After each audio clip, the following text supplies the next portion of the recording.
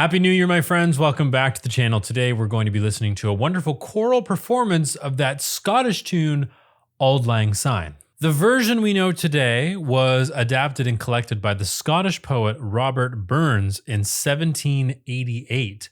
Although similar verses about remembering the past and toasting to friendship appeared in Scottish ballads as early as the 1500s. And Robert Burns even said he just wrote it down. He heard an old guy singing it, he wrote it down. It's a classic now. Continuing on our history lesson, Auld Lang Syne became a staple at Hogmanay, Scottish New Year's Eve celebrations, as early as the 19th century, symbolizing the passing of the old year and the hope of a new beginning. So, for Auld Lang Syne, my dear, for Auld Lang Syne essentially means, for the sake of old times, let's raise a cup together. Okay, I don't have any ale or beer or anything of the sort.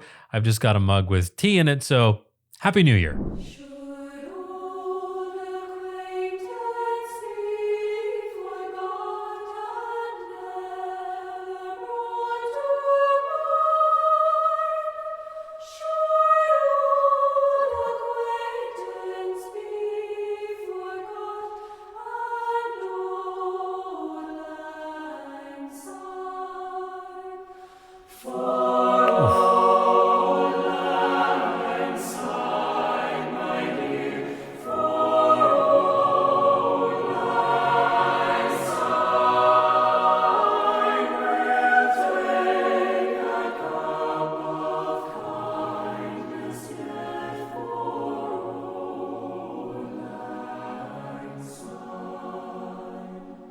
Good Lord. A minute in and I've already got goosebumps. That's the power of choral music. There's really nothing better in my mind than choral music. It's just the epitome of beauty to me. And we've got something great. To start us off, we've got the wonderful soprano section singing in unison. And to get a good unison, that's hard work. And when a good unison comes together, it's just so pleasing to the ears. It's stunning. But then what makes a good unison even better is when we then break out into 4 or 6 or 8 part harmony. We get kind of a bass drop of sorts, and it's stunning. And it just, my heart flutters when I hear good choral music like this. In addition to all of that, text is really clear. I love the fact, so far we're only a minute in, I love the fact that they're paying homage to the original melody. I can hear the melody clear as day throughout, but then they're adding some dissonant harmonies. They're adding some really interesting things going on behind the scenes that just make the melody even better. And it actually makes the melody stick out even more, which is beautiful. Let's listen to that opening one more time, and then we'll continue on.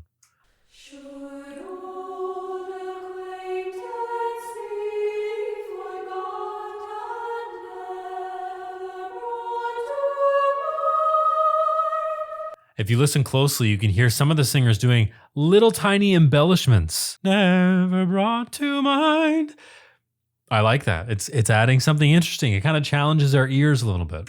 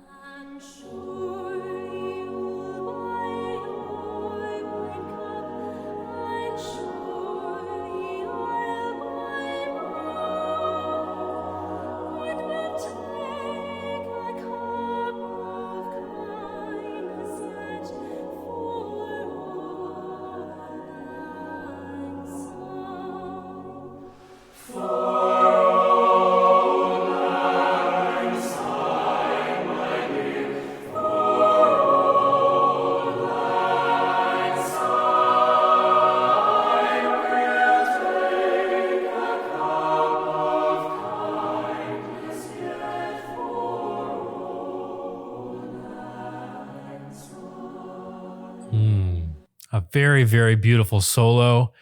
Thank you very much to this singer. She did a fantastic job. Clear text, clear as a bell in her vocal production, right? That's what we love about choral music. See, this is a great shot too. We got the soloist here. We've got some singers supporting in the back and a slight blur in the back. It's beautifully done. Shout out to the videographer or whoever put this video together. It's really, really tasteful and quite nice. So yeah, we've got this beautiful solo and the vocal production, clear as a bell. And that's what I really enjoy about a choral music solo. Because even though it's a solo and when a soloist sings, it's their moment to shine for sure. But she's still a member of the choir. So I personally like when the soloist doesn't try to do too much. It's not your moment to try and make a name for yourself. You're still part of the choir. So what I really like about this is that everything is just very tasteful and it, again, pays homage to the original melody. And then the rest of the choir comes in, and we'll hear this again in a second. What I'm loving about this choir is that they're not afraid to sing full voice. Oftentimes in Christmas music, or even just in choral music in general, we want to be soft all the time.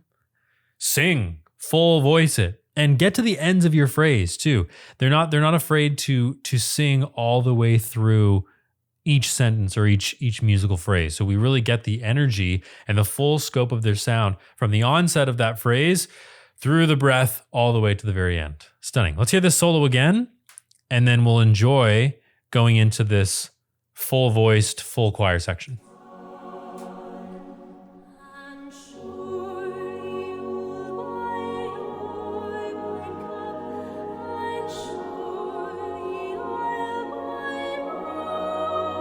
Beautiful.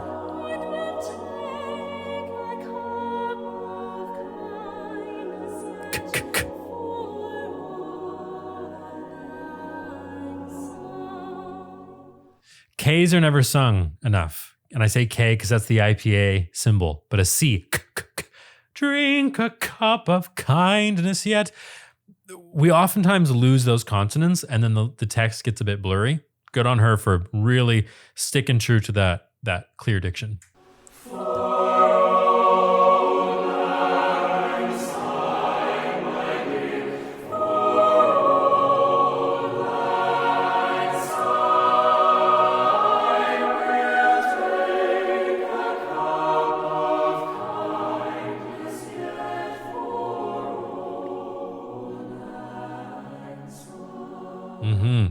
Even though we get to the end of this phrase, we are a lot softer. They're still staying on the voice. It's not a whispered fading to nothing because, again, we still want the text.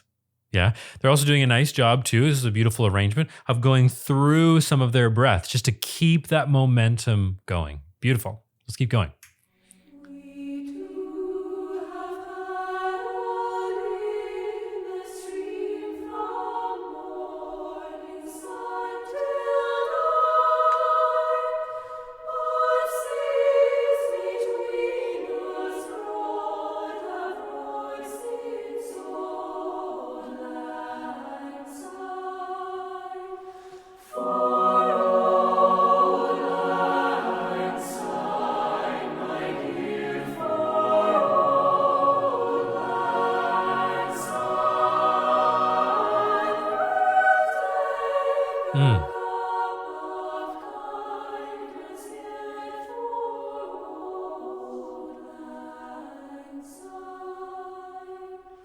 Any opportunity I get as we go into this final section, any opportunity I get to praise and celebrate the alto section. Yes, the alto section. They're so underappreciated, but they are an integral part of any choir. Getting that lower harmony to come through. That's always the more important harmony. When you have soprano 1 and soprano 2 singing, or if it's a 4-part split and you have soprano and alto singing, or if you have soprano 1, soprano 2, and alto, maybe alto 1 and 2. The lower harmony has to come through because we're going to get the melody no matter what. We know the song too, that also helps. But that lower harmony has to come through and provide some of that texture, right? And they do such a beautiful job of, first of all, blending. We talk about blending a lot. What does that really mean? It's just, can you match tone quality? Can you match vowel? Can you sing the same rhythms and move to the second part of the diphthong at the exact time as other singers. That's how we blend together. We really have to listen when we blend. So they're doing a really fantastic job of blending in their unisons, because what they're doing is like they're kind of singing in unison for like one or two notes, and then they divide up a little bit and they create a little bit of clash, and then they end their verse with full harmony. They're doing a really great job of coming in and out of that. It's quite seamless, actually. And that's what I want to hear in a choir, is a choir that can blend and they can move in and out of harmonies seamlessly. Singing in unison is really, really difficult. Not an easy thing to do, to sing in unison. But they do such a great job. And then when all the men come in, that just gives us even more of a full scope texture. I want to go back a little bit so we can go into this final section and just enjoy that moving in and out of unison and harmony, and then hearing those altos, yes, altos coming through.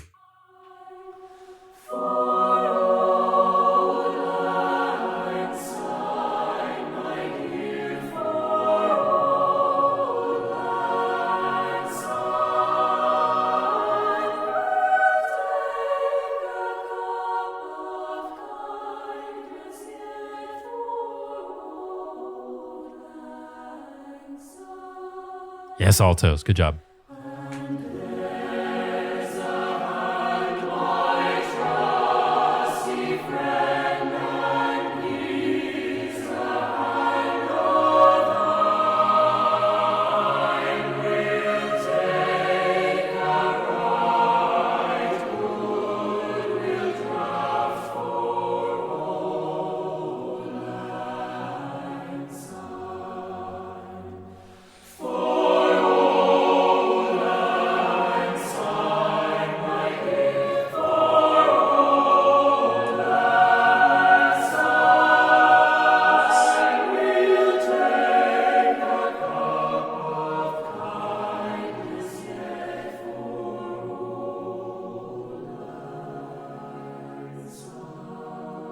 Oh.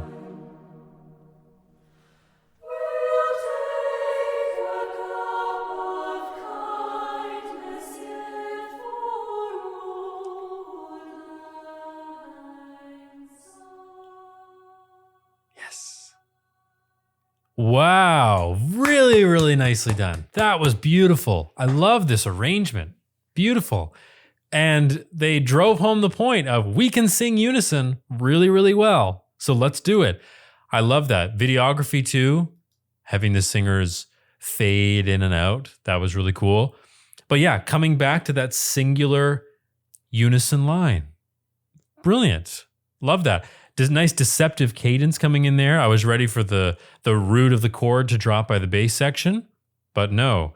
We did a deceptive cadence, which means we kind of went somewhere first and waited. You deceived us, and then we resolved. And they resolved in a beautiful way with the thinning of the texture back into the soprano unison. Fantastic. So kudos to the choir director, whoever's leading this group, and kudos to the singers themselves, because they're the one who's actually executing on all the things. But a couple details that really stick out to me. For Auld Lang Syne, that F consonant, so important for singers, in choir especially, to get out that initial consonant. So first and last consonants are so very important.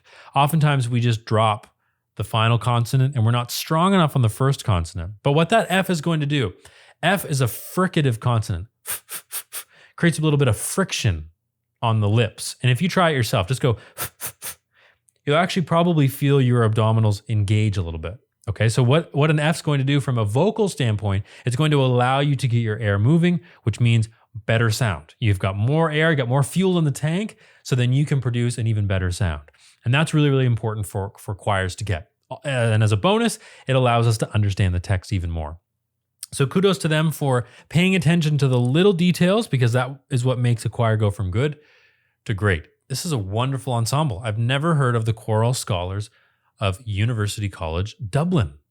I need to check out what they're doing and what they're up to. And if you're in this choir and you're watching, congratulations. That was a fantastic performance. Great song, simple melody, but they turned it into this beautiful arrangement and they executed on all the little details, making it bellissimo. we are going to end the video there so you can get to your New Year's festivities. Whatever it is, whatever's going on in your life, it's a new year. We're going to turn the page on 2025 and we're going to head into 2026. Thank you very much for watching, and thank you for making 2025 one of the best years ever. Let's stay tuned for 2026. If you enjoyed this video, check out some of the videos popping up on your screen. Happy New Year. Much love to you. Take care, and we'll see you in the next video.